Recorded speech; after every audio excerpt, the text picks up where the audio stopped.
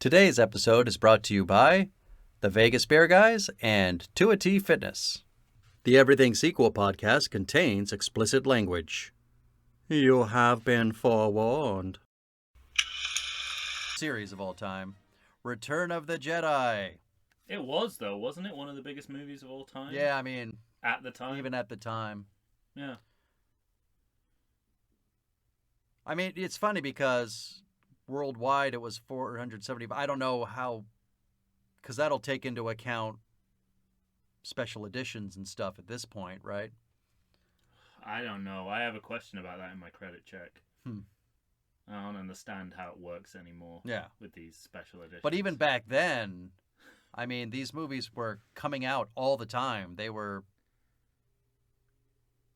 being reissued into theaters. Right, yeah. You know, constantly. Yes, absolutely. So, yes. Yeah, it wasn't. Yeah, and that's really important to remember. I think that, you know, I use the term analog binging sometimes. Yeah. But even in the analog age, there were ways to sort of repeat view. Yeah, right. They just required a lot more physical effort. And Yeah, you had resources. to leave the house. Yeah. Well, like you said, when last we left, we're meeting the Emperor. We're getting to the Alliance, and Luke is going to Dagobah. Yeah, back on Dagobah, fulfilling the promise from the last film that he'd come back. Except Yoda's dying, so we've inverted expectations there a little bit. But I think this was a good choice because that puppet's starting to deteriorate. The eyes don't move anymore. But so I think this is really the only way that Yoda's story could have gone. And you really think that was it? They were like, we no, better have him dying. I'm half joking. Like they took it out of a crate and they were like, Jesus, we better rewrite this. Right, I think some of that is true. I definitely the eyes they weren't able to move the eyes like they did in the last one. But it works perfectly with Frank Ozz's decrepit voice and his dying creature shtick. And I like how. But I just think it's interesting that, you know, I mean, how much time has passed since the last movie? We had no hint that Yoda was coming to the end in Empire. Right. True. You know.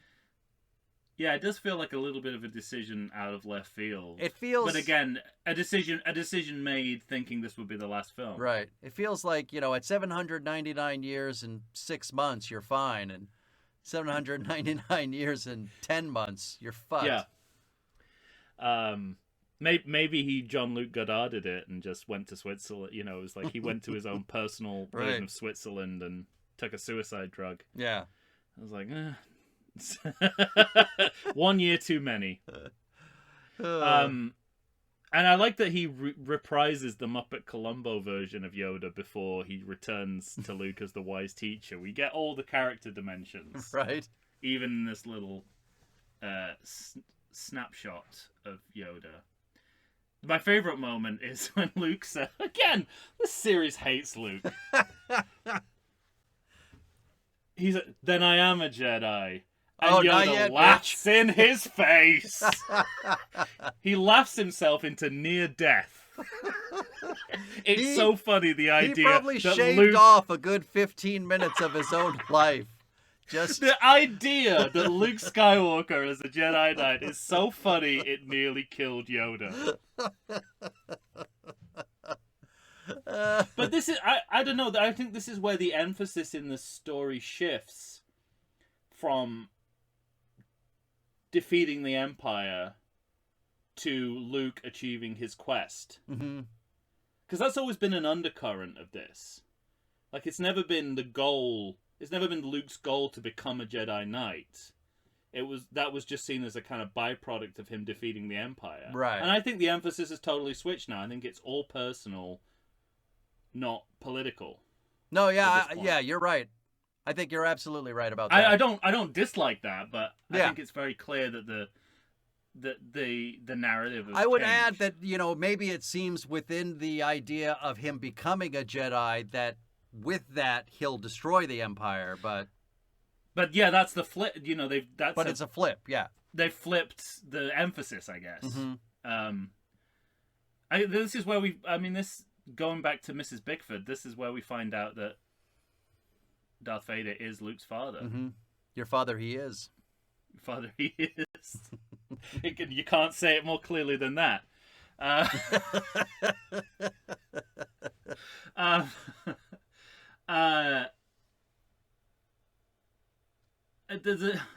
we have another Force speech here, which again is not really adding anything or clarifying anything we've heard about the Force before. It's just a reconfirmation of what we know. Mm-hmm.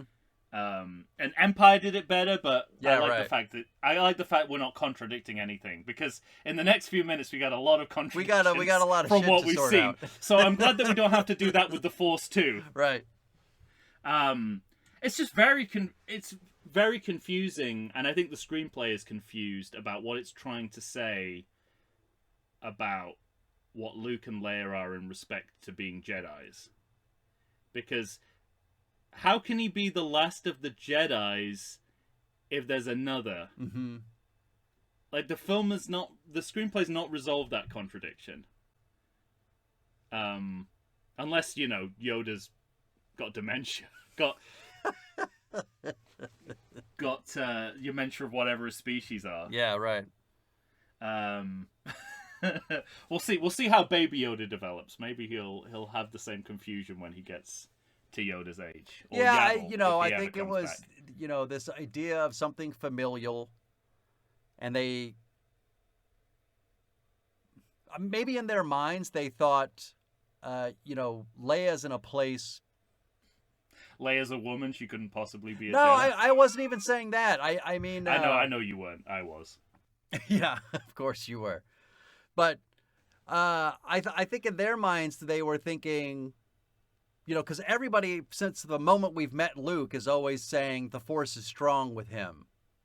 Mm-hmm. So was it a thing in their minds of maybe the Force wasn't as strong in Leia, like they had to develop it, and only Luke could do that? Well, I don't like where that goes. No, yeah. I don't like the road that I think you're possibly right, but I don't like to think that is what they're saying. I hope that's not what they're saying. It feels like it, though. You just need a man to interpret it. Right. Well, my hope was more because they're family. But I think that's very dodgy as well. Because that paves the way for... It's still... if it's even genetic... Though he's not as... If it's genetic, then that's how we get into the master race. Yeah, you're right.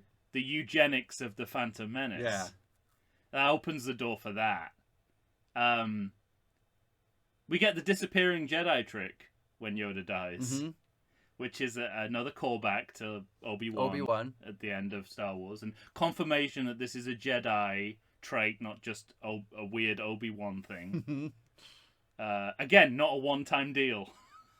Yeah, but is it only if you're on the good side? I don't know. Because it doesn't Whatever happen to your Vader. question is about this, I don't know. Because the end of this movie seems to contradict that completely. Yeah.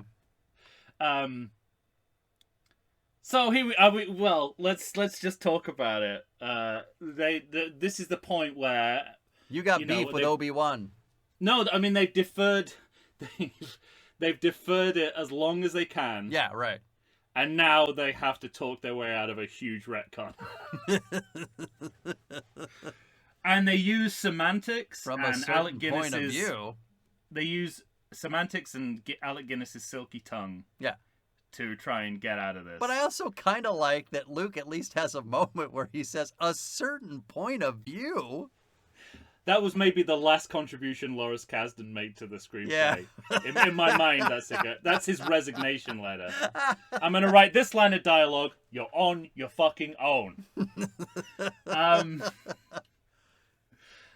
It's like, you also get this feeling that the trilogy's sort of slow. Well, it's pretty slow. It's pretty slow already, but it's slowing down in order to catch up with its own contradictions. Yeah, right.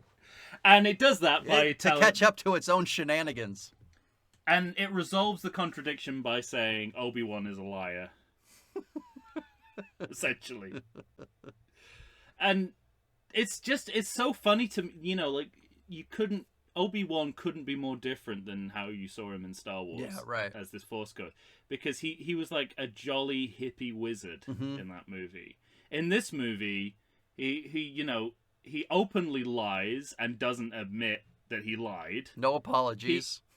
He says Vader's more machine now than man, twisted and evil. Mm-hmm. And he tells Luke to bury his feelings. Yeah, right.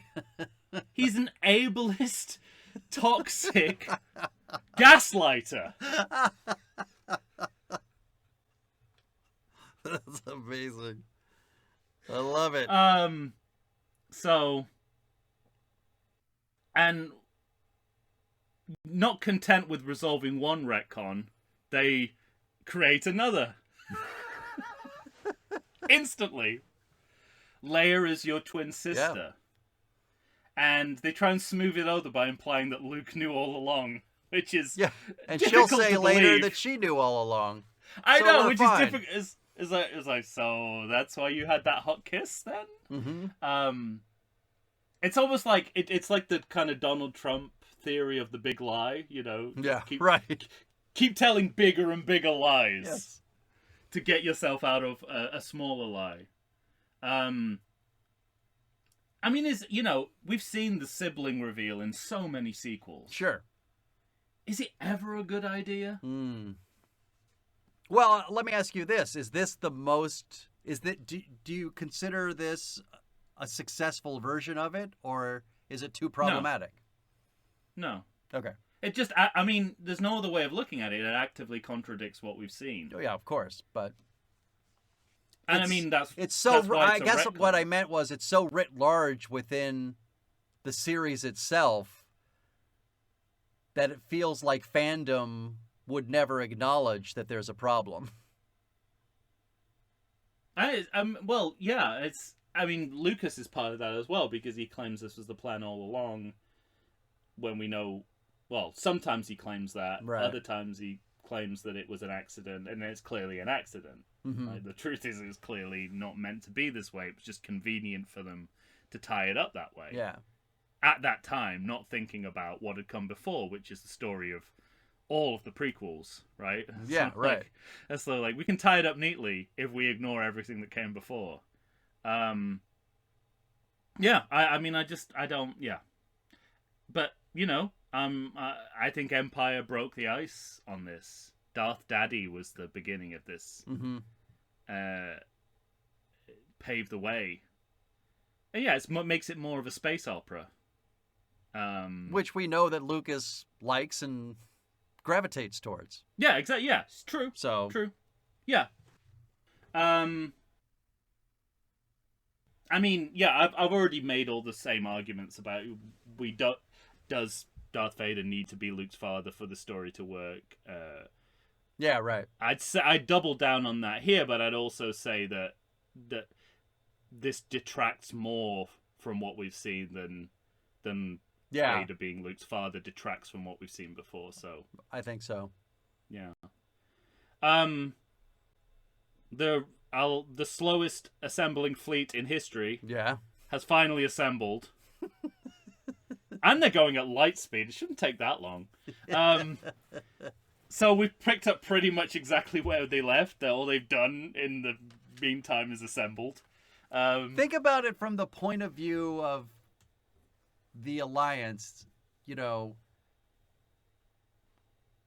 Alliance. I may be doing that in my sequel pitch. Oh, nice. Because they blow up the Death Star. Yeah. And then they're all together on Hoth. Uh-huh. And then they all leave Hoth, presumably to get to here. Wherever here is. Meanwhile, let's meet at the rendezvous point in space. Yeah, exactly. Space. I'll meet you by that star. And Luke over there. go off on their own adventure, being chased by Vader. Meanwhile, this was their plan the whole time. I don't know who signed off on that. I don't think Mon Mothma signed off on that. I think they were like, you can take a sabbatical if you want. Yeah. I'm not going to ask what you're doing during that sabbatical. I like this snippet of dialogue between Han and Lando. Or Han and Lando. Yeah, right. Because without mentioning his portrayal in the last movie, this tells us that there are no hard feelings. Of course. And I kind of like that they don't mention it. It makes more sense that they... If they're not going to bring it up before... Yeah, right, true. But it makes more sense that they would, but I kind of like that they don't because... Well, not only, does it tell us everything we need to know about their relationship, which is good writing, but reading between the lines, Han just set up his old friend with whom he has a mixed history with certain death. Yeah. And I think that's there too. Yeah. I think that's definitely the undercurrent here is, why don't you take one for the team? Well, I do my thing. Yes, exactly. Well, I go play with teddy bears in the forest. I like that we have more like non-humanoid aliens in the rebellion. Yeah. A better hologram of the Death Star. And this is, where you can see that they've taken the last 6 years. That it's 6 years. And they've upped the ante on creatures and effects to a massive degree. Does the medical droid really need to be there for the briefing? I don't think so. Probably not. But that model is already built. But I was just going to say, but it was built already, Tom. I just like the idea that, at the end of the briefing, and for the medical droid, these are the kind of wounds you might expect from such a mission. And he's just like, yeah, wounds, yeah, close the wounds. Don't leave them open, close the wounds. Okay, got it. Understood. First appearance of Admiral Akbar. Yeah. Boy, this guy is arresting visually. I don't think they knew at the time how much everyone was going to love Admiral Akbar. They couldn't have. Right, this is the thing. So we need compelling acting, masks. Yeah. Emotions and visuals for this mission briefing because it is dry as fuck. Right. There is nothing to this briefing. You have it's just an exposition dump. It's just an exposition dump, but you get remarkable tidbits like the woman who talks about the buttons. That's Mon Mothma. Oh, there you go. Yeah, Mon Mothma. Yeah, that's what I mean. Like we're trying to distract from the fact that this is like a very boring PowerPoint presentation. And Admiral Akbar's at the center of that because he's just visually stunning as a creature. His breathing and his voice is like nothing we've ever seen before. Or heard. Yeah. And that's what they do. I think it's like a character moment or a beat that stops it from becoming monotone. And Admiral Akbar does that 3 or 4 times in the rest of the movie. From here to the end, yeah. And Luke comes in late. Like an asshole. Fucking hates Luke. Such an asshole. I'm with you too. Sit down. This briefing is not about you. You got lucky with that one shot. But we're bringing the band back together, right? This is Absolutely. where the team from the original film is reassembled. It's interesting that I like that snippet of dialogue between Han and Lando before, because I don't know what to think about this next one. This conversation about the Falcon. I think they're going for something, and I don't think they get there. Oh, that's interesting. I think the scene. This is what I think the scene is supposed to be between Han and Lando when they're talking when he's handing over the Falcon. Right. I think that they want to show that these two guys love each other, but they can't talk about it, so they're talking about their vehicles. Oh, you think so? I so? think this is the American Graffiti side of George Lucas's brain. Yeah. But somewhere along the way, it just ends up being about the ship. Right. and it's not really about Lan. Because feel we like, have a shot afterwards where he says, "I'm not going to see her again." Not yeah, that I'm not and that going to should have see been Lando again. I'm not going to see my Yeah, ship. exactly. That's where it goes wrong. It Yeah. should have been implied that he's really talking about his old friend. Yeah. Because if you think about the equivalent scene in Empire between Han and Luke, you know, where they say goodbye to each other. Yeah, right. And it's so beautifully done, interestingly, without any dialogue. Right. That might have been the way to go again, even though it would have been a repetition. Here they're trying to do the opposite, where it's like they're talking and talking and talking, but not saying what they really mean. Mm-hmm. Except I think along the way, they are saying what they mean. Yeah, right. And that's the problem. That the scene is more Which is, I care about my ship and not you. Yeah, it could have been a really interesting moment between the two men, but it ends up being about a man's love for metal. Mm-hmm. And maybe that is ultimately like George Lucas's American Graffiti brain taking over. Right. Like, you don't need friends, you just need a car. You know, it's that kind of... Here we go again. From C-3PO, I love that line. We're really wearing on the sleeve that this is a greatest hits package. Right. We're playing. It's like playing all your Return of the Jedi FM, playing all your favorite hits from the Star Wars franchise. Coming at you. And this is, you know, the scene I mentioned earlier that has the deleted Moff Jared material, where with Vader as a anxious middle manager, make sure everything's running okay. Excuse me, please. Says, I just like. yeah, he is. He's very Milton in this scene. I was told I could replay my radio between 9 and 9:30. And again, this is another. Like, I don't know why this film is so good at hierarchical storytelling, but like the power dynamic between Vader and the Emperor's changed, and it's very clear in the writing. With just the line, "Your work here is finished, my friend." Yeah. I mean, he's saying, "Get the fuck out. I don't need you anymore. I'm moving on." Yeah. I really like all those scenes. Well, I think it's interesting too when you take, because it's never outrightly said in either movie. In Empire, Vader is clearly wanting to join with Luke to take over. He explicitly says, "You and I will rule the galaxy. Fuck the Emperor." And then in this movie, the Emperor is clearly working against Vader. He needs a new sidekick. He wants Luke. Vader's out. But it's never expressly said in either movie. Interesting. Yeah. Yeah. And so they're working against each other. Yeah. At all times. But I think that comes over the course of two movies. And I think that does come across. Yeah, exactly. Yeah. The Emperor's way of doing things is over. Even he knows that. Right. Oh, that's the other franchise. Sorry. Wrong franchise.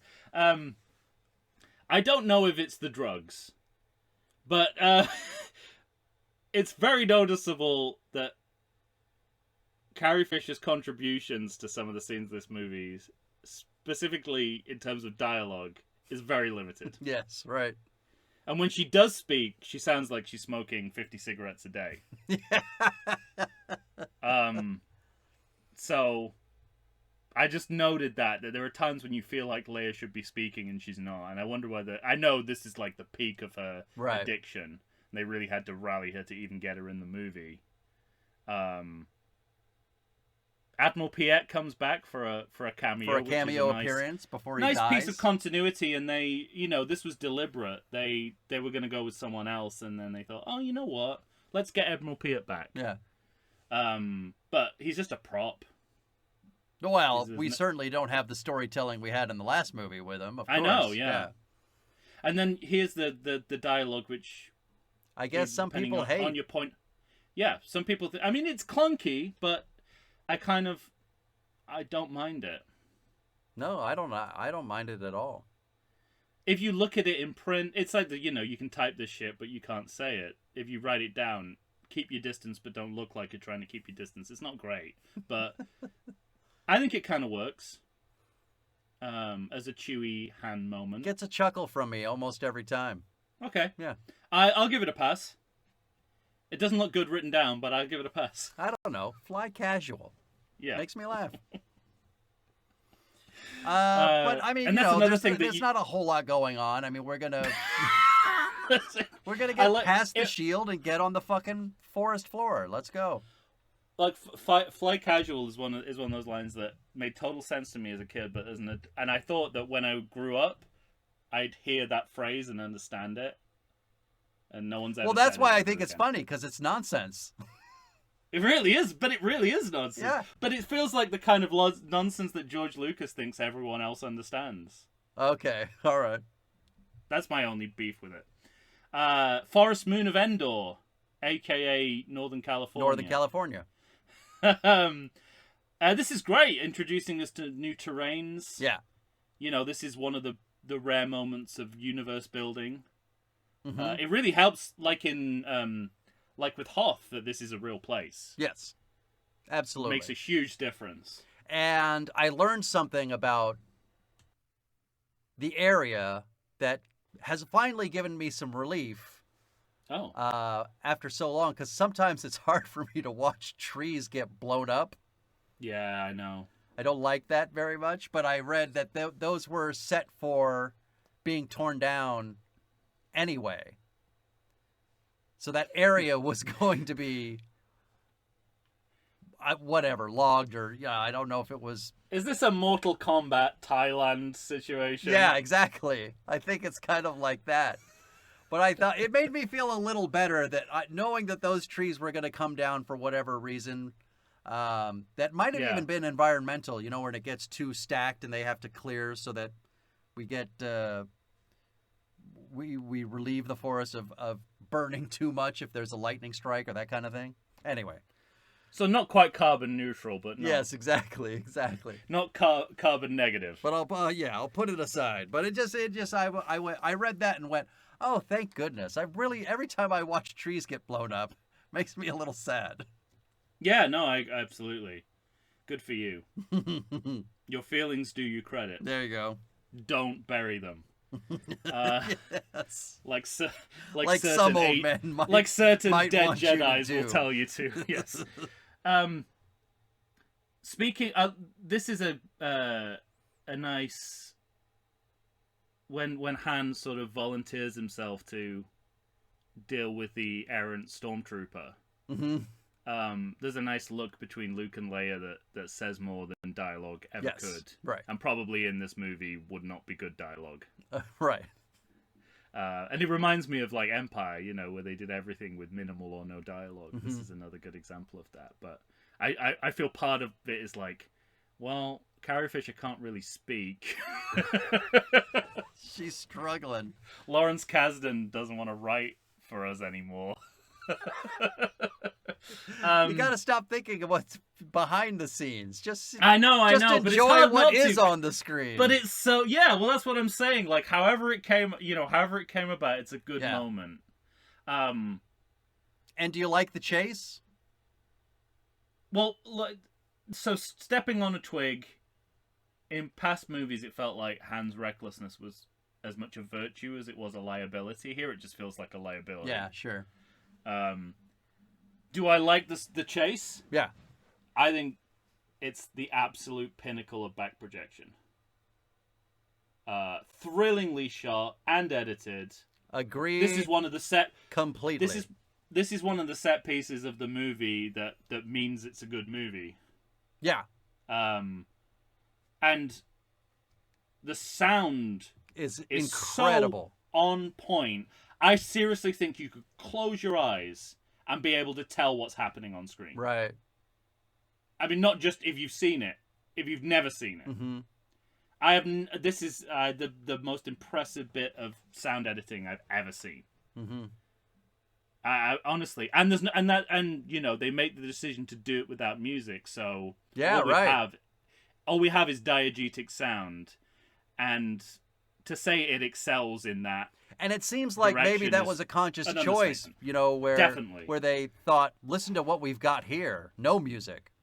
Yeah, I mean, and this isn't a point where looking behind the scenes only elevates what you're seeing on screen, because they had miniature models of it. They film miniature models of it to make it work as well as it does. Mm-hmm. I absolutely stunned. It's sublime, is what it is, and there's something about that natural sound. It gets to the point where it almost feels like music. It kind of becomes ambient at one point. Like, Yeah. you forget where you are, what's going on in the rest of the film. You're just letting sound and image kind of enter your brain in a pleasing way. Mm-hmm. It's like the Stargate in 2001. It's like at some point you just tune out, and it's just sound and image working beautifully together, not in a naturalistic way, just in a moment of pure artistic transcendence and sublime. Oh, It's I that love it. good. Yeah. Han gets angry at Luke for But, losing Leia. But Go on, Karen. just to add on to that, that was one of the moments. I think we've talked about this before. The sort of the building up in your mind when you're a kid, and this was another scene in which, I mean, how desperately I wanted a speeder so that I could, Yeah. I mean, you're so able as a kid to place yourself in the moment. Yeah. That you want to be a part of the world. And definitely. That's where this film, it's this immersive. is where, one of the moments where this movie starts to become so successful. It's one of the most immersive sequences in the whole canon, even to this day.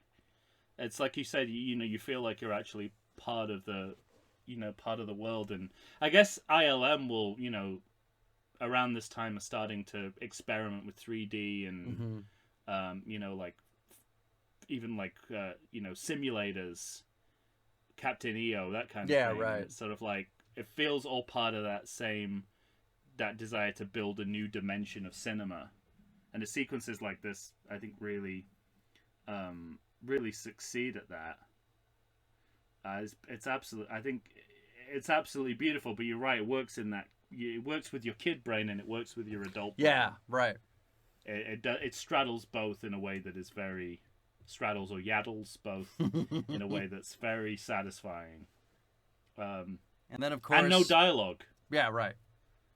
I mean, it's like no music, but also no dialogue. Right. There's no snappy repartee, placeholder dialogue. Yeah, right.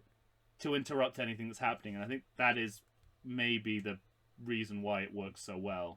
There's and no holds distraction. up. And holds up. It's ambient cinema. Yeah. I think is at its best in the middle of a big budget franchise Hollywood film, which makes it doubly impressive. Mm-hmm.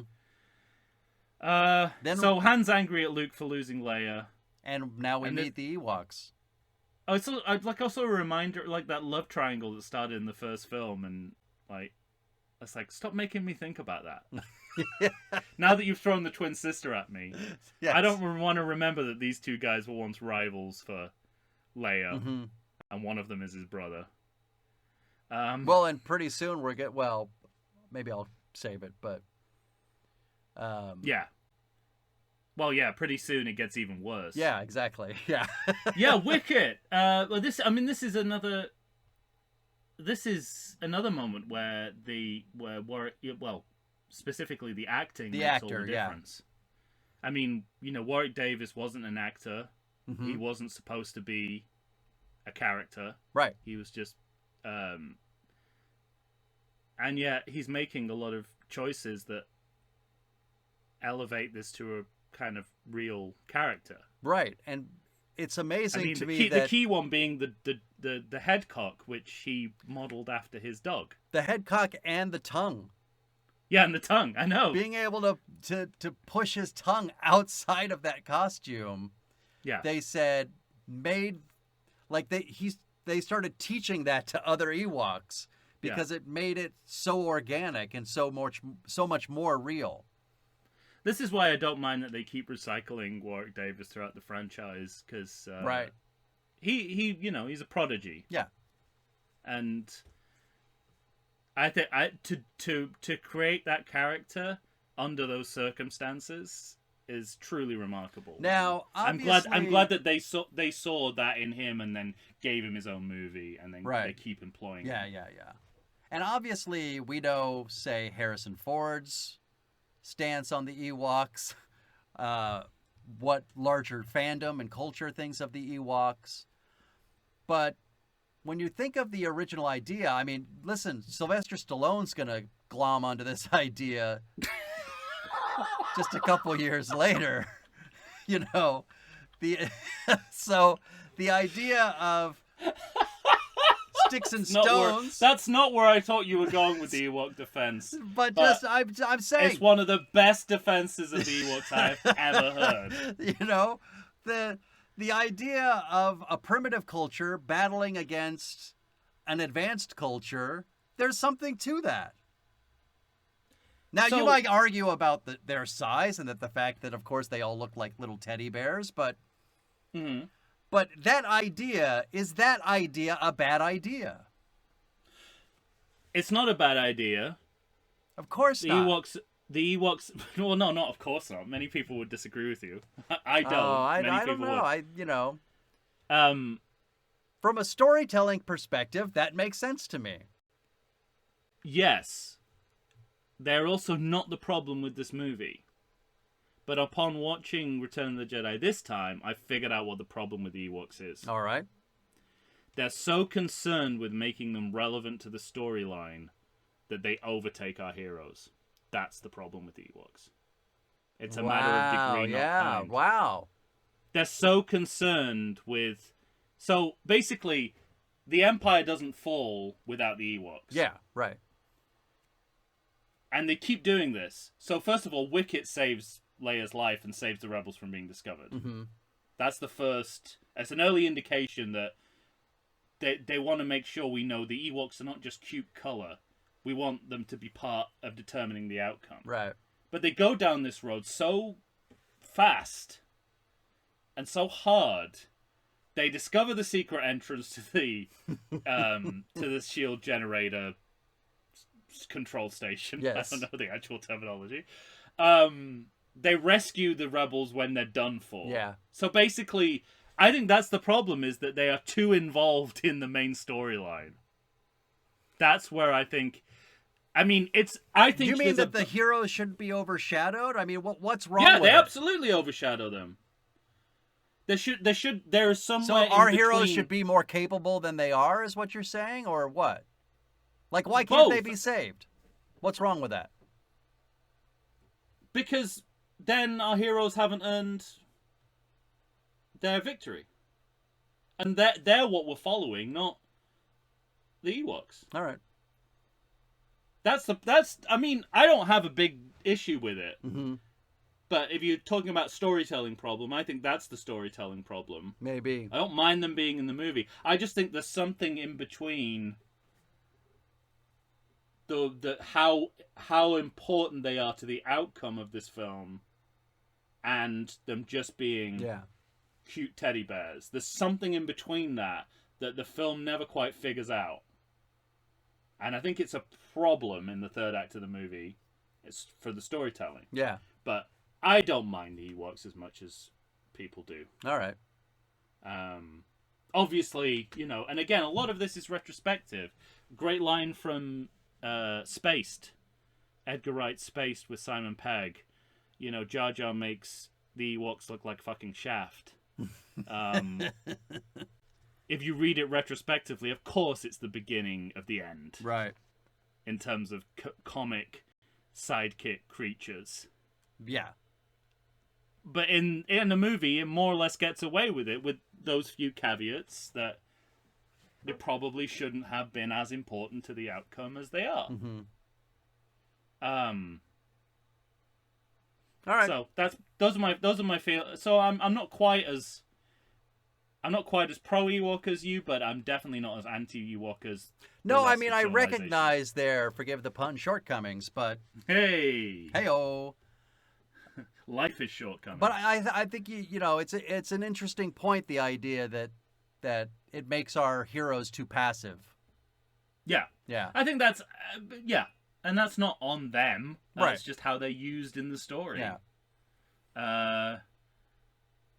All right. Well, let's take another break, and Oh, God. Dear God. then we'll come back. Are we ever going to get... For the love of We're never God, gonna- maybe we can try to finish this movie. Does the coronavirus have you feeling oogie? Have you been sitting on your couch for weeks? Nay, have you been sitting on there for months? Well, it's time for you to get back in shape. Check out 2AT Fitness. You can find them on Instagram. You can find them on Facebook. 2AT Fitness was started by Tina Bernard. She is ready and raring to go to help you get back into the shape you want to get into. They've got all kinds of classes. They've got outdoor in-person classes. They've got online classes if that's what you prefer. Ladies and gentlemen, it's time to get back in shape. You're going to find a variety of exercises. You're going to have strength training, cardio, weightlifting, even fun 5-minute burnouts that will push you to your limits. So get off the couch, get into shape. Go ahead and check out 2AT Fitness. Tina Bernard has got you for all your needs. I know her personally. She's fantastic. You're not going to meet a better person to help you become the new you. Check it out. We're back once again, everyone. Tom and I are here discussing Return of the Jedi. We never talked about that up top. This was originally called Revenge of the Jedi. Yeah. And there are posters that say Revenge of the Jedi. Yeah. Oh. And that the reason it was changed was because Jedis wouldn't take revenge. Mm-hmm. I Return the Jedi's fine. I do too. I mean, revenge is, again, you sort of like, it's how much of a serial do you want your film to sound like? Yeah, but it also... Do you want Attack of the Clones, or do you want... Yeah. You know what I mean? It's like also making... certain words push it in certain directions. It's also reminding me about sort of, you know, the selling of the movie, because I remember 3 distinct posters for this movie.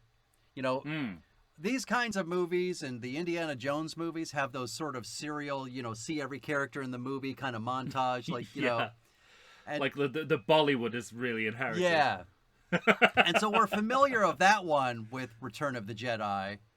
But I also remember seeing posters of just hands on a lightsaber. Interesting. In outer space. And I also remember the one that's all red with Vader's dark helmet looming large over Skywalker's silhouette in black in that with his lightsaber in the last fight. That was a poster too. And that was the one I think that said Revenge of the Jedi. Yeah, you get the sense that there was a much darker movie planned than the one we actually got. And I'm always struck, I think I said this to you off mic, it's like Luke is dressed entirely in black. Right. And that suggests to you that he's going down a path towards the dark side, but you don't really see that apart from in specific moments, you don't really see that as a through line in the movie. Yeah. Yeah, it's interesting.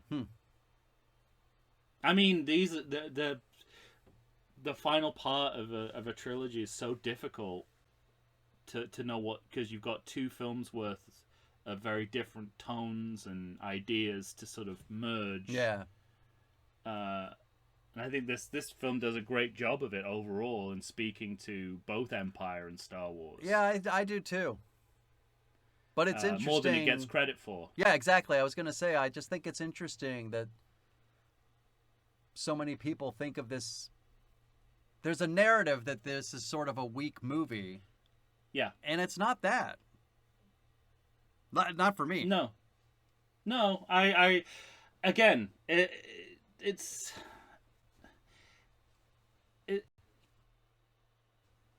you got to look at what the series eventually becomes, you know. Yeah, right. You don't know. You never had it so good. Yeah, exactly. Exactly. And much of what we're going to talk about in the next one, possibly 2 segments, is a big part of that, I think. Yeah. like working towards a very satisfying ending. Mm-hmm. Well, like you know, we're starting to get to the most effective part of this movie, but first we have to have our heroes captured by little bears. Yeah. When you put it like that. I mean, getting caught in the net. It's it harks back to the caperish quality of the first movie, mm-hmm. but they've slapped on an extra coat of slapstick, right? Yeah, and that's what it feels like. It feels like great Muppet Harrison caper. Ford gives his real life reaction to being surrounded by an army of teddy bears. He also gives his real life kind of want when he pulls when he chucks that spear away and pulls out his blaster. Yes, exactly. None of that was in the script, right? And worshipping C-3PO. If you're gonna do a tribal culture, try not to fall back on some of those colonial stereotypes. Mm-hmm. I would say. On the plus side, C-3PO is useful again. Right. He gets to literally tell the Ewoks and the audience everything we've seen up to this point. Oh yeah, I mean it's recapping the trilogy using only sound effects and an alien language. So it's an impasse. It's an impasse that speaks to the global appeal of Star Wars. Right, right. Anyone from any country could understand this, right? I think that's what they're going for. And as you said, with the divine intervention line, it adds a nice dimension to the C-3PO solo hostility. Yeah. Because now he can't berate or attack him as he's protected by the Ewoks. Yeah.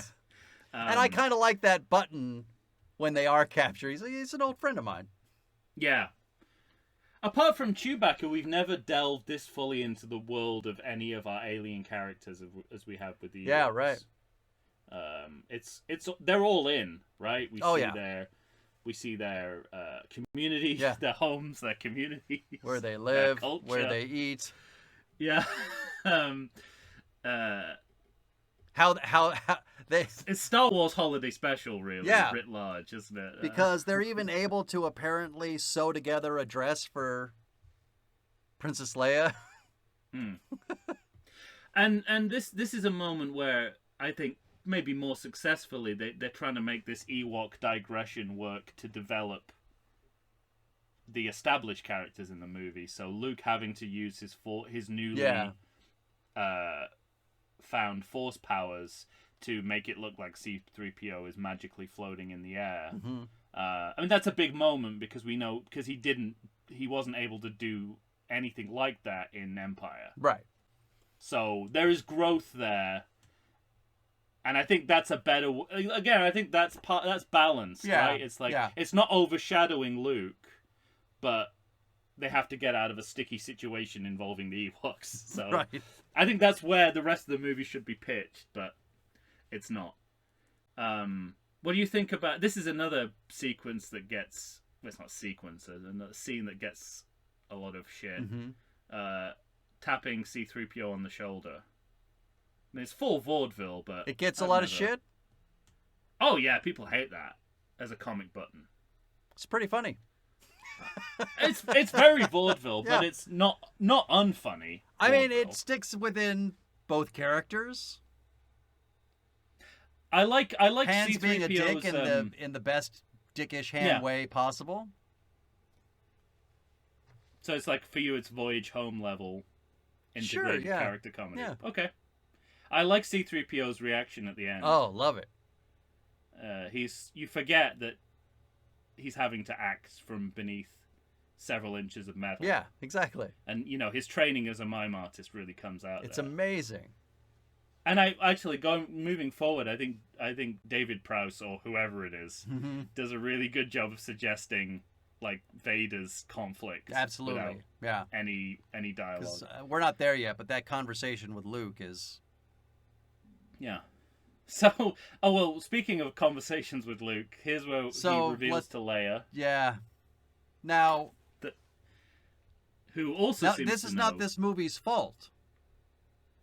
No, you're right. This movie was saddled with this. You're right. You're right. Well, no, not what. No, what are you talking about? Well, what I'm talking about, because the prequels, this movie saddled itself with this. The prequels are going to choose to do something that grains against this conversation. Luke. Yeah, but by saying do you remember your mother and her going into it? Again, it's like they've not learned the lesson. They're writing themselves into another story hole. If anyone ever picks this up again, right, they're going to have to remember this, which is kind of easily forgettable. I mean, I don't think so. To me, every time I watch it, I think, how could you not forget that she said this? But you don't need to be as specific. That's it. You just need to keep to the vagaries of it and let the next guy figure it out. It's a rare instance of where I think this film doesn't need to be as specific as it is. Other times it needs to be more specific than it is. But on this occasion, I would be happy with it being like... And even why does he even need to ask this? Well, no, yeah, he doesn't have to. Of course not. This is, I mean, sure, you can't just go straight into it. But you could find it as sort of like, you know... I don't know. Also, the assumption that we all know that she's adopted, which has never come up before. Somehow, as I've always known. I mean, again, it's not true. Right. You haven't been acting like you've always known. You keep making out with him. But the biggest problem of this scene, which I think is fine overall, Han comes in, like bursts in afterwards. And he cites the Luke love triangle in the argument. I'm like, okay, do you want us to forget this romance, or do you want to remind us of it? You can't do both, because if you do both, it makes me sick. You've got to retcon a whole lot more than just this fact. Yeah. Have another reunion of Vader and Luke. Of course. I love this scene. I think this scene is a great scene. I love the fact that Luke is in control for the first time and Vader is a fucking shambles. Yeah, exactly. It's the power dynamic from their last meeting where, you know, Vader's cool as ice and Luke is like this screaming. It makes it so interesting. It is. It's good. It's good writing. Yeah. And like you said, I think there's a lot of great work being done from underneath that suit. Yeah, whoever it is at that time is doing a great job. Absolutely. Possibly David Prowse does a great job.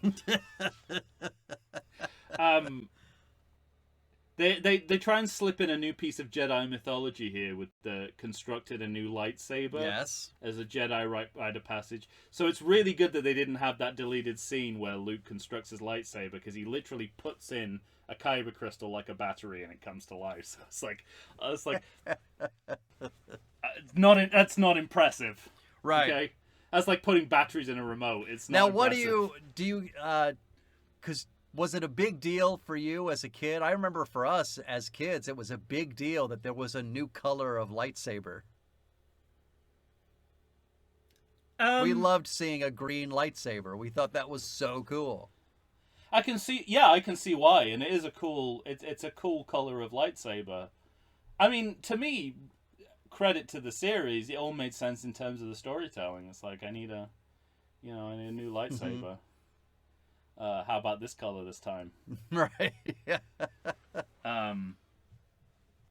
Yeah, and as you said, this scene is really good because the conflict is apparent in both dialogue and physical acting. There's real tension in this scene. He says, "It's too late for me, son." And Luke says, "My father is truly dead." And that's capping the end of Act 2. Yeah. You know? Yeah. Then we go back to the gang. Yeah.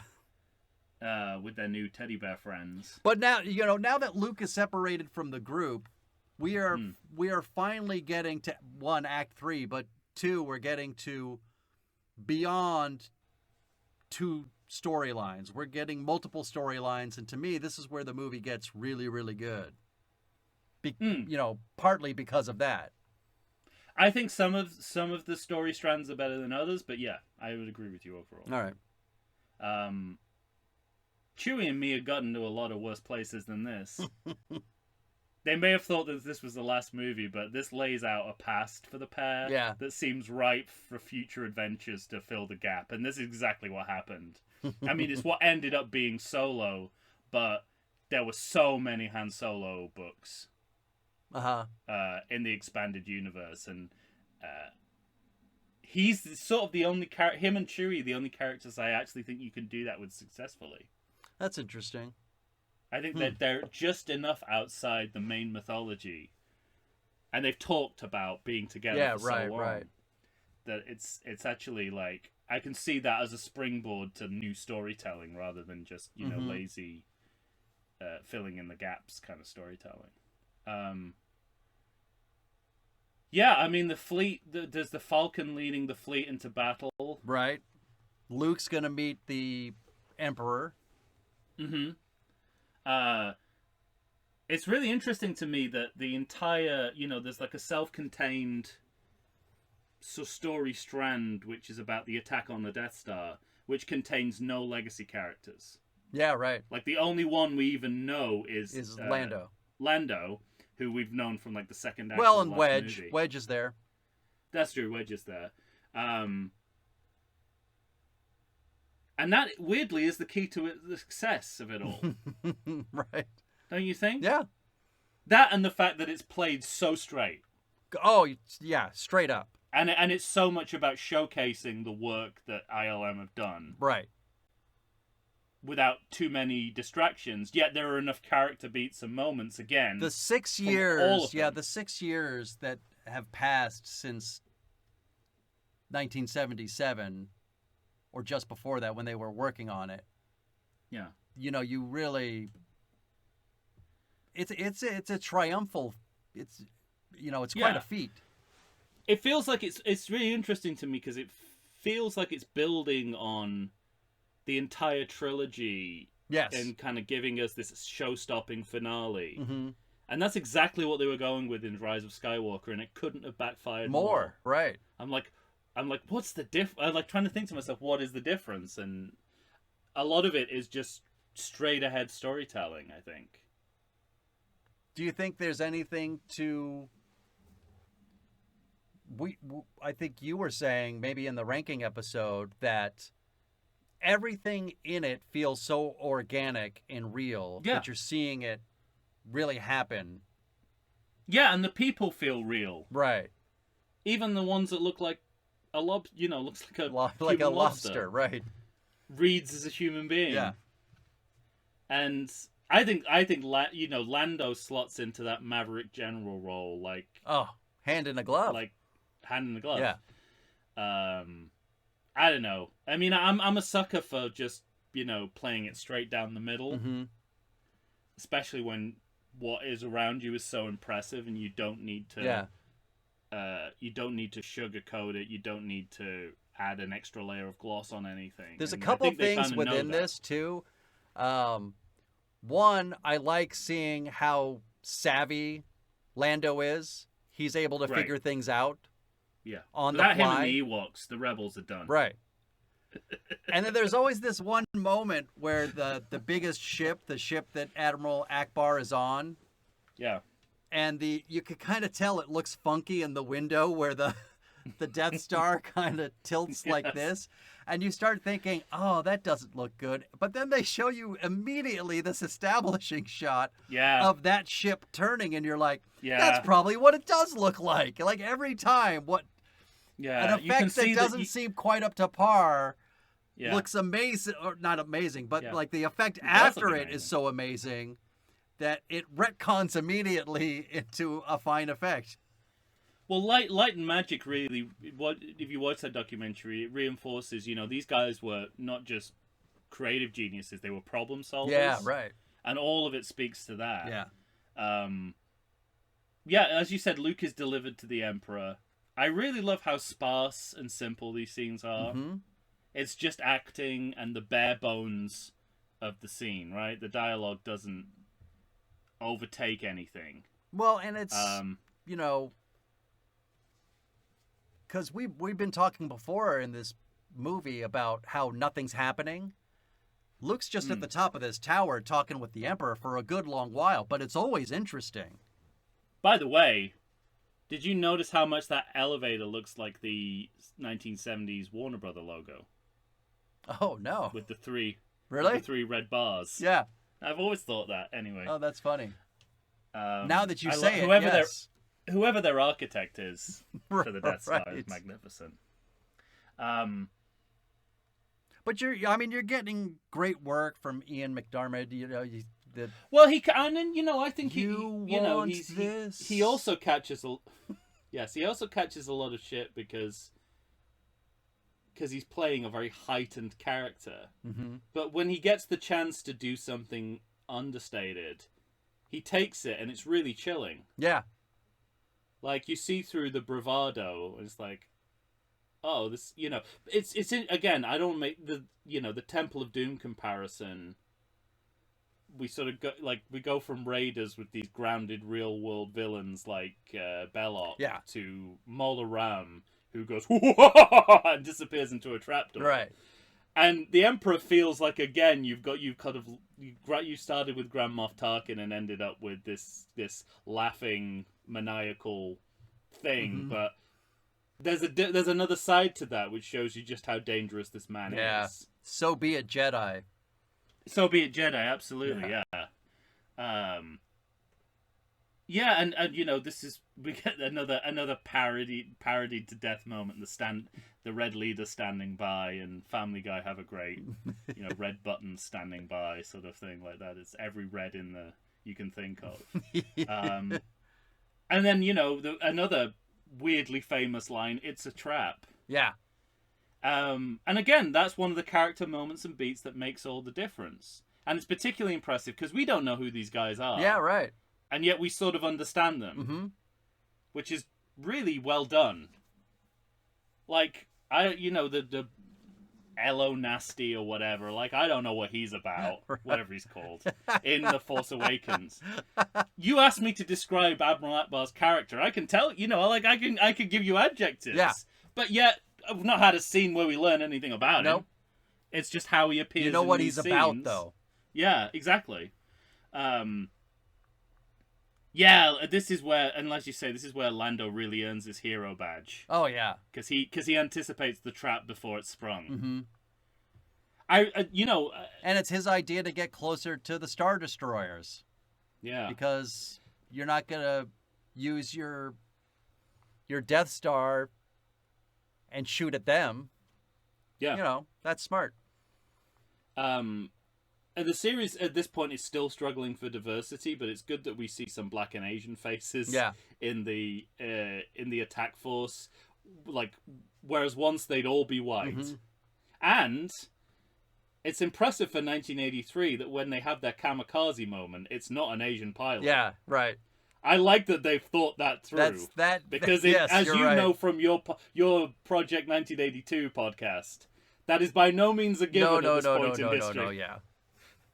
In fact, I think I Mandela affected it in my head that it was the Asian pilot doing that, which I might have done the same. You're right, but it's really not. Nope. And credit to the film for that. For getting that right. It's really interesting to me that with the scenes with the Emperor, Vader, and Luke on the Death Star, it's all done with direction and editing. Like, minimal dialogue is needed. Yeah. It feels like they're still in The Empire Strikes Back, and everyone else is in a different movie. Right. But I like all of that's going on between them. This idea, because it's communicated it's really well made. It's really well done. Yeah, it's communicated well that, I guess there's a part of you when you get, even in the prequels, like, they're always using their fucking lightsabers. So there's this idea that a Jedi's not supposed to, use it's just sitting their there weapons, and it's just sitting there on his chair. Yeah. But what's good about this is it's connecting to that part of Luke of, you've trapped my friends. Everything looks like it's gone to shit. So I'm going to lean into this for a moment. Mm-hmm. But it's like, he has to lean into it to beat them. And then is able to throw it away in the moment of choice.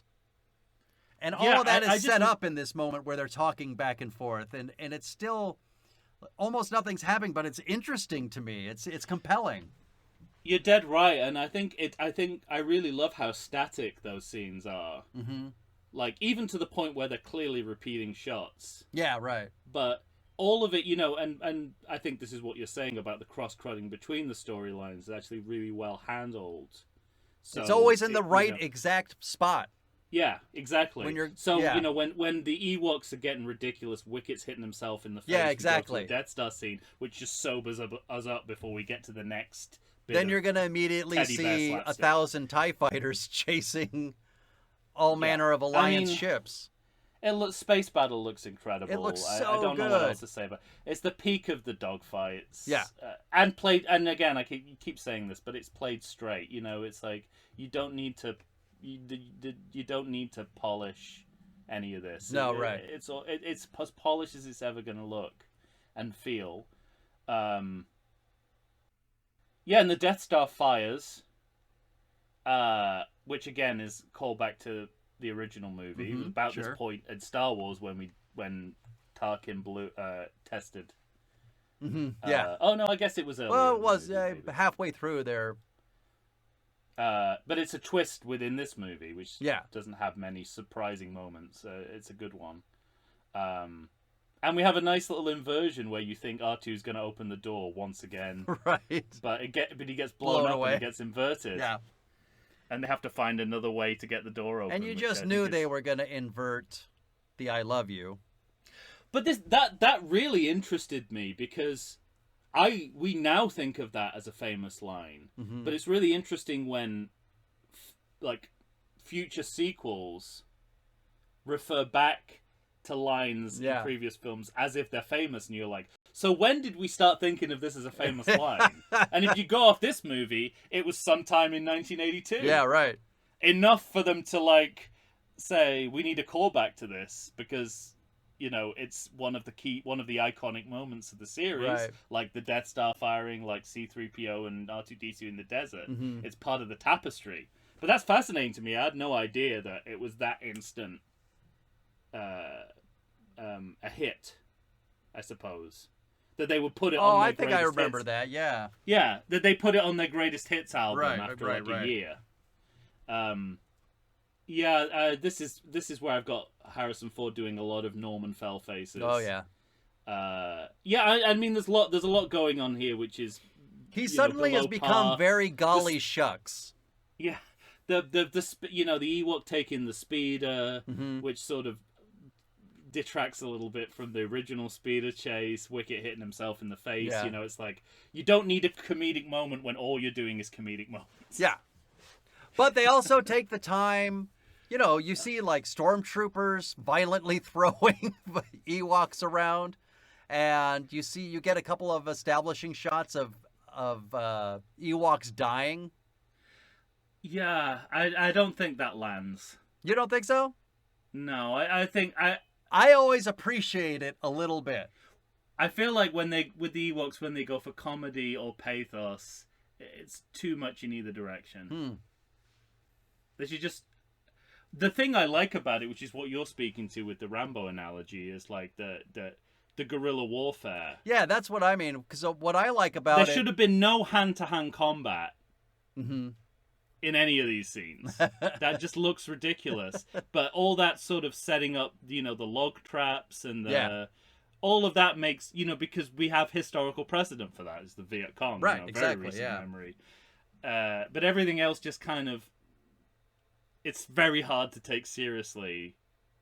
Like teddy bears actually hitting them on the head with like a glockenspiel, right? Right. It's hard, it's a matter of degree. It's not that it shouldn't be there. It's just that we should think a little harder about I just keep thinking, imagine, this movie being made today. I don't think you would show a cute teddy bear dying. I just like that in 1983 they said, yeah, they're cute and they're fuzzy, but they can die. Yeah. I'll give you that. All right.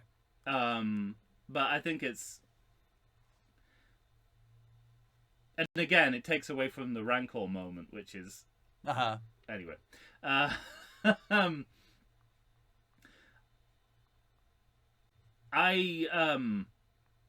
Yeah, so when we get back to the Death Star, I really like how low-key and stunted the lightsaber battles are. Yeah. Gives it a totally different flavor. Yeah.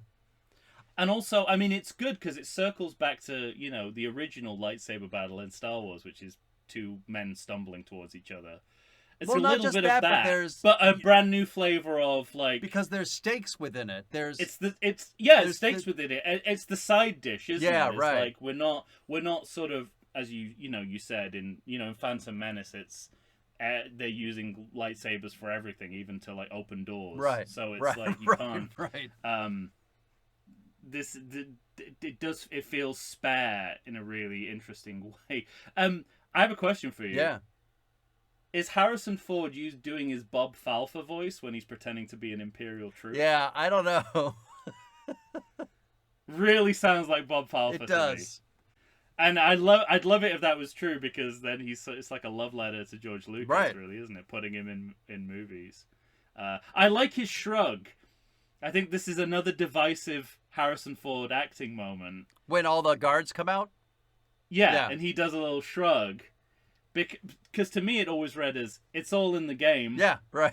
I used to be on your side, now I'm on these guys' side. Maybe in the future I'll be on your side. I don't know. But a lot of people see it as, pure sort of, end of sitcom title sequence. Right. Kind of stuff. And yeah, that's elements in there. That's there, I guess. Yeah. I kind of think like, hey, you win some, you win some, you lose some. Yeah, because that's how I've always felt about it. It's really nice. I guess partly the reason why the lightsaber battles work so well is that you said the stakes, but also when Vader starts taunting Luke, I really like that it's a psychological rather than a physical battle. Yes, that part I like. Because I'll that's also new. Say, he hasn't really taunted him in this way before. But before you get to that, there's also a moment that, this movie indulges a little bit in sort of kid fantasy, because there's a moment where he throws his lightsaber. And as a kid, you always think to yourself, why doesn't anybody ever just throw it at him? Yeah. And he does. But like you said, I mean, that's a minor point, but I really love the psychology behind these moments, and that taunting moment in which he's trying to lure Luke out. He's literally trying to get him to come to the dark side.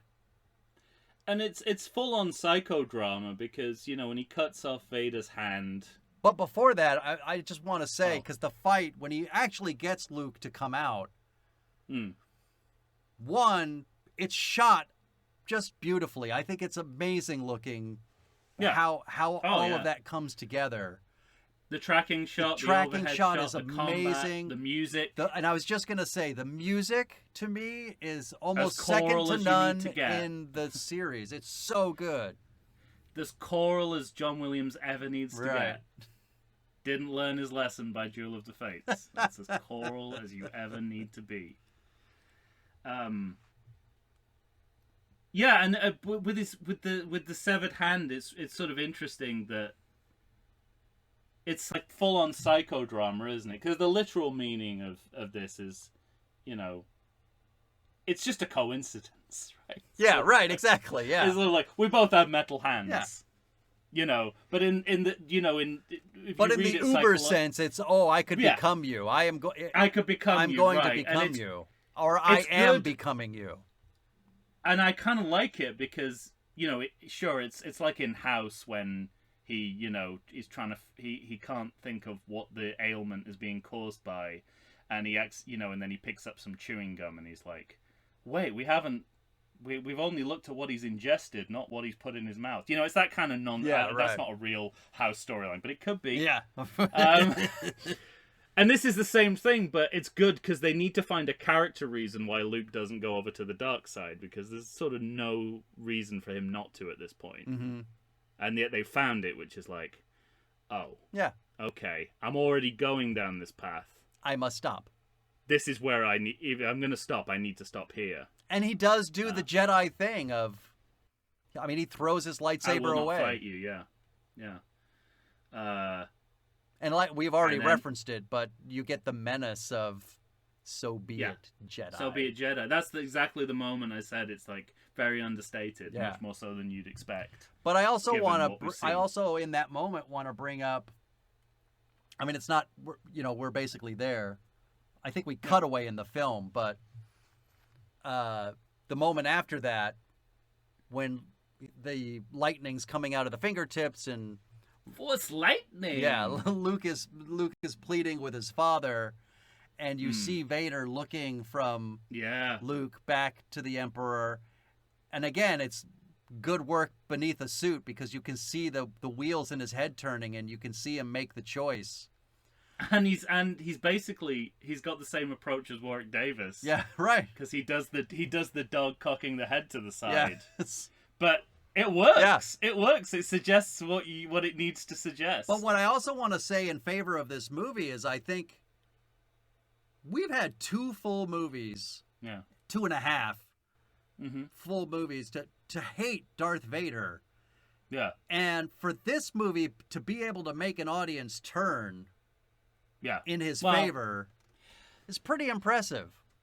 Yeah, and I mean, I don't want to speak for everyone who watches this movie because I know there are people it doesn't work on who don't buy it. That's nonsense. No, well, it's not. I mean, it's fair enough. I mean, it's pretty late in the game for him to turn. They preface it somewhat. I think because of the good work you see in the scene before it, where he's just talking with Luke. I'm playing devil's advocate here. I'm on your side. Yeah, right.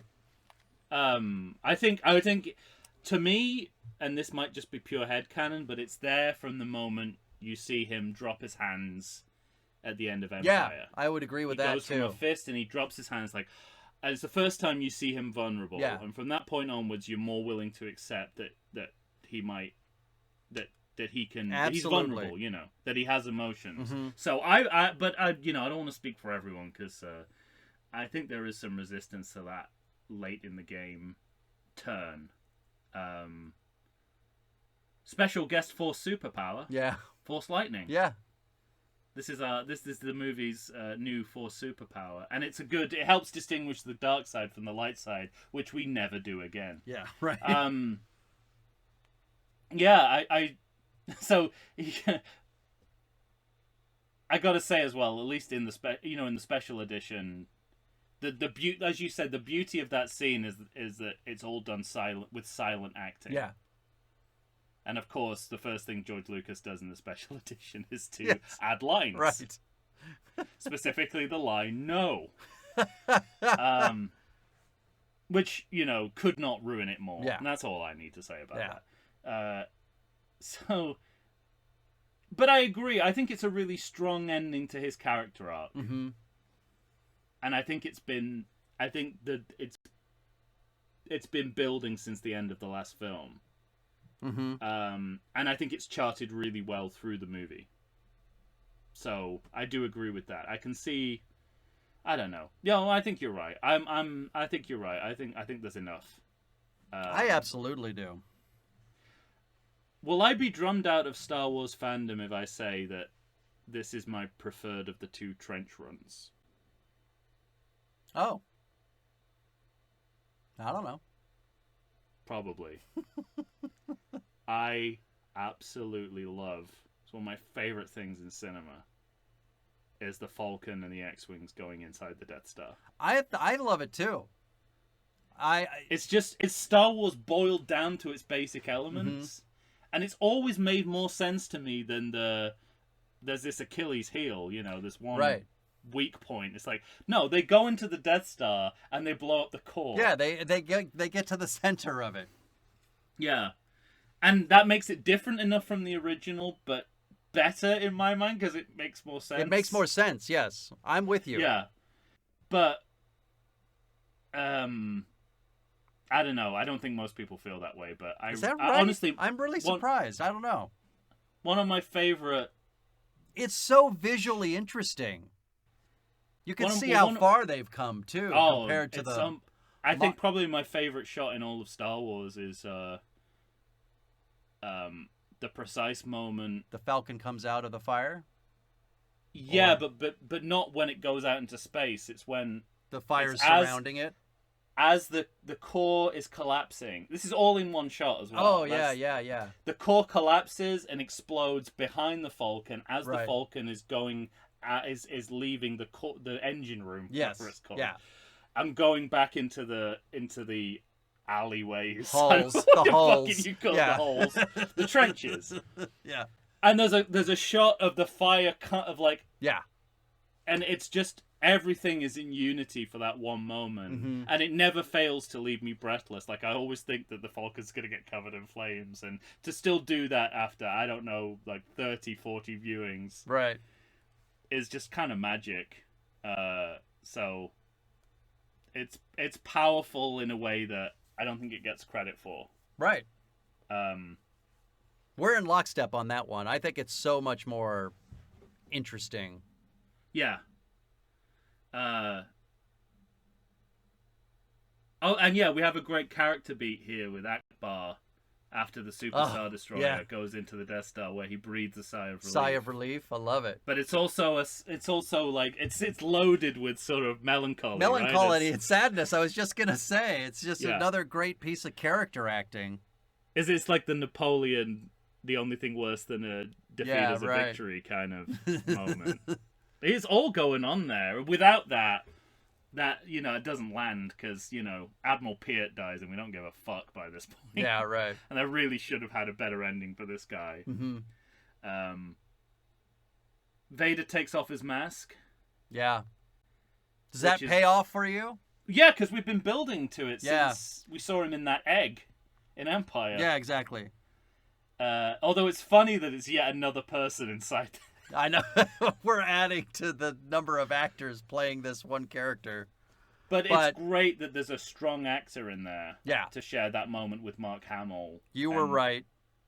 Well, it's like tell your sister you were right about me. That's this scene. This scene needs really to land strong emotionally. Yeah, and it does because of that. Yeah. It's Sebastian. It's really interesting because I read in Brian Blessed's autobiography, which of course I own, that he was friends with Sebastian Shaw, who plays Darth Vader in this scene, and he came to him once and says, he had never heard of Star Wars. He didn't know anything about it. I mean, he was aware of its existence, but he hadn't seen any of the films.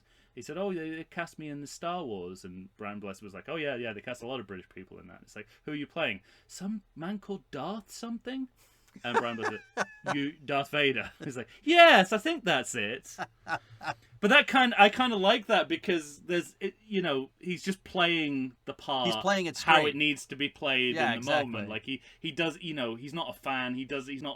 His mind is not distracted by other things. He's not trying to make it seem important.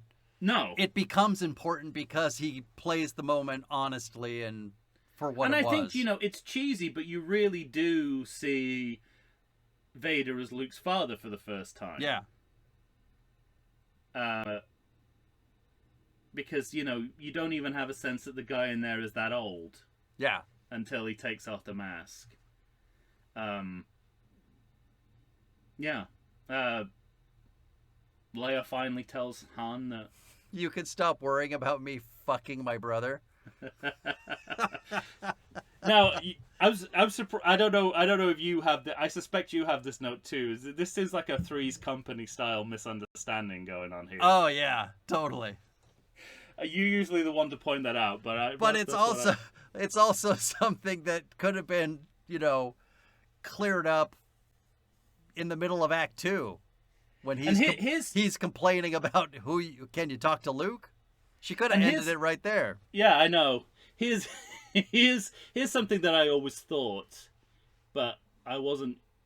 But I have no evidence that anyone else ever picked up on this, or even that it's real.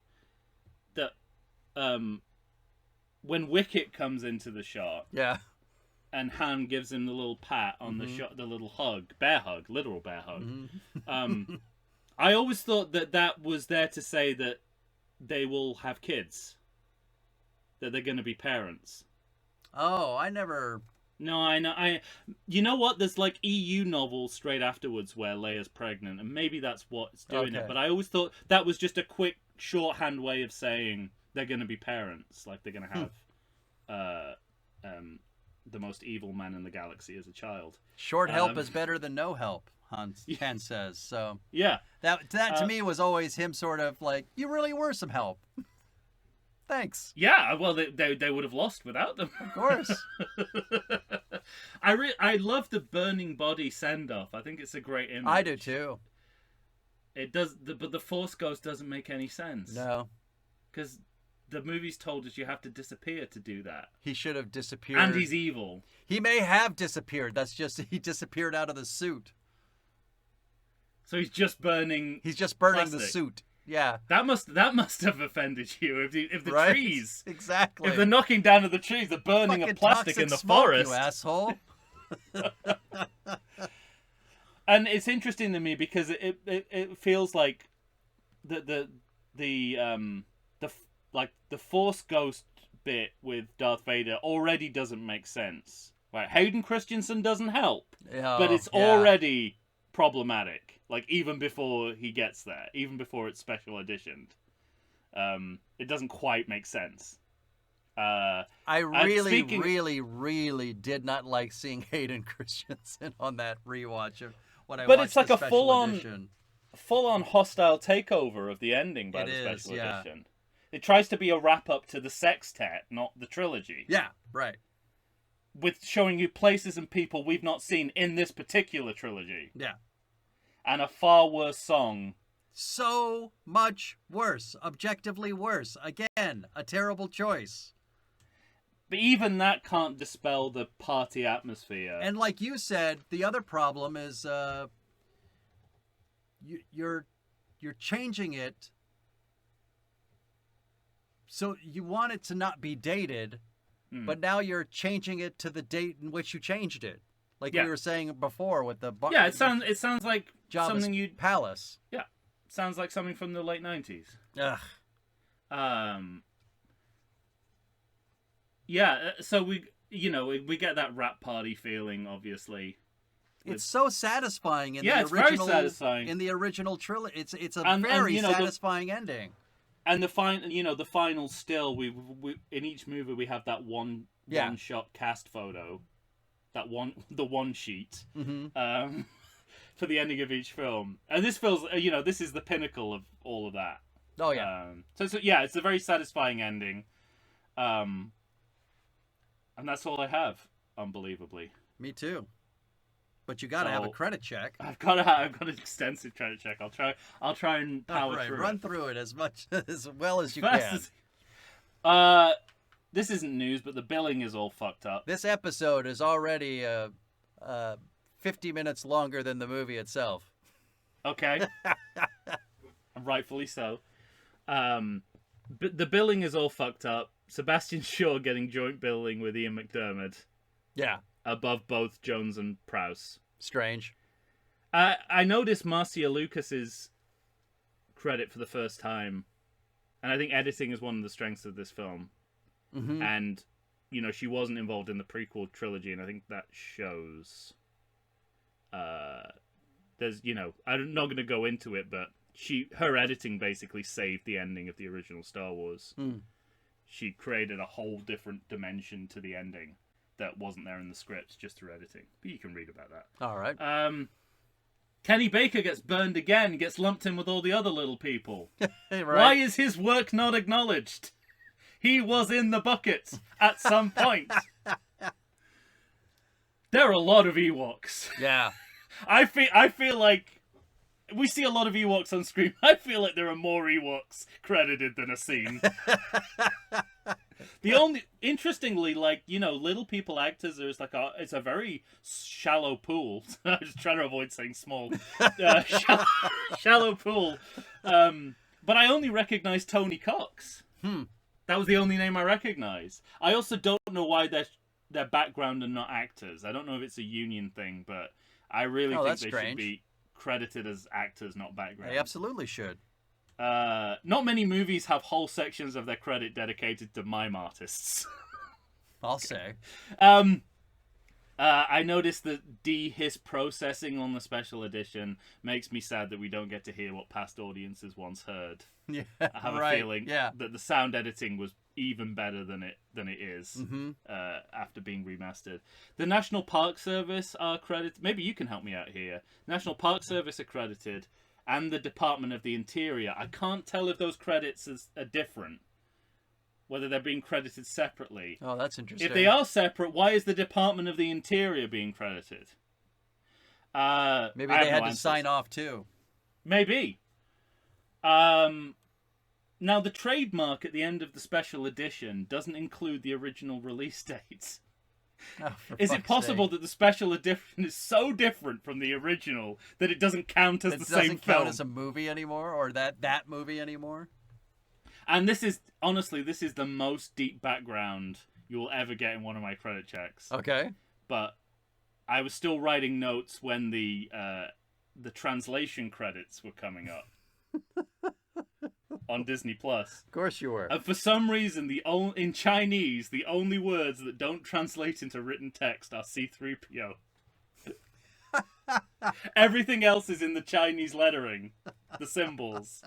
But C-3PO is just C-3PO. Oh my goodness. Yeah. That's it. R2-D2? No, not even R2-D2. Wow. Well, but you wouldn't need a voice actor for him, though. Yeah, that's true. I think reads in every language. Agreed. Well, we did it. We did it in the literal nick of time. Yeah. I mean, when you're hearing this, you likely won't understand. This is like the Beatles in the studio. Because I think we're gonna cut these up, right? I think that's the plan. So if I were to see a podcast and see that it was 3 hours long, I'd think, no, I'm not going to listen to that today. And then I'd end up keep saying that for God knows how long. So I think what we'll do is break these episodes up into two-parters for you, everyone. Definitely. All right. Worth your time. But you don't have to... But they're the Star Wars series. We're talking the original Star Wars series, Tom. We got to give them their due credit and time. I agree, yeah. Just, you don't have to eat them all at once. Yeah. And we're going to help you do that. Yeah, we're going to... So you're going to have to tell us what you think about Return of the Jedi. We're both fans. We both think this is a good movie. Some of this movie has some of the great shit in the entire series. Yeah. And like you said earlier, you didn't know what you had. So that's where we stand, and we're drawing our line in the sand. Where are you? Find us on Facebook, We're Instagram. in the Sarlacc pit. Yeah. Find us on Facebook, Instagram, or Twitter. Send us an email to everythingsequel@gmail.com.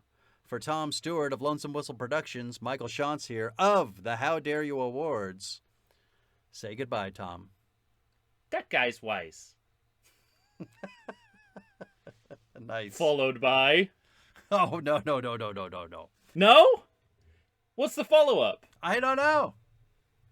Well, I always thought it was more than I am short. What?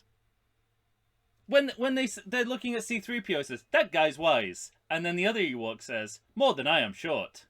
Oh. But if you go by Star Wars Minute, they've concluded that one of them says, that guy's wise. And then the other one says, Martin short. I prefer mine because it actually makes sense. That's amazing. You look back, they are speaking in English. That is not alien language dialogue. That is not ALD, it is ELD. ELD? I'm going to have to go back now. Huh. All right. What a funky way to end. So long, everyone. That's what they said about the Ewoks. Yeah, when you hear us next time, we'll be pitching sequels. God help us. I like to think I know something about beer, but nowadays even I get overwhelmed when confronted by the exhaustive selection of craft beers they have at bars, breweries, and even grocery stores. Back in the day you had one, maybe two craft beers to choose from, and if you were confused, you ordered a Guinness. But in beerstinations like San Diego, the craft beer options lately are in double, sometimes even triple digits. So what's a beer drinker to do? You need what I need, the Vegas Beer Guys. Your beer of choice should be a perfect blend of malt and hops. And so a live show about beer needs that same balance. And the Vegas Beer Guys matches beer expert Dan Aker with self-proclaimed beer novice Stephen J. Weiss. The results are eminently drinkable. They're on Facebook, they're on Instagram. They'll try new beers, they'll tell you about beer. Think of them as your beer Sherpas guiding you up a foamy-headed mountain to reach the peak of your pint. God, I need a beer.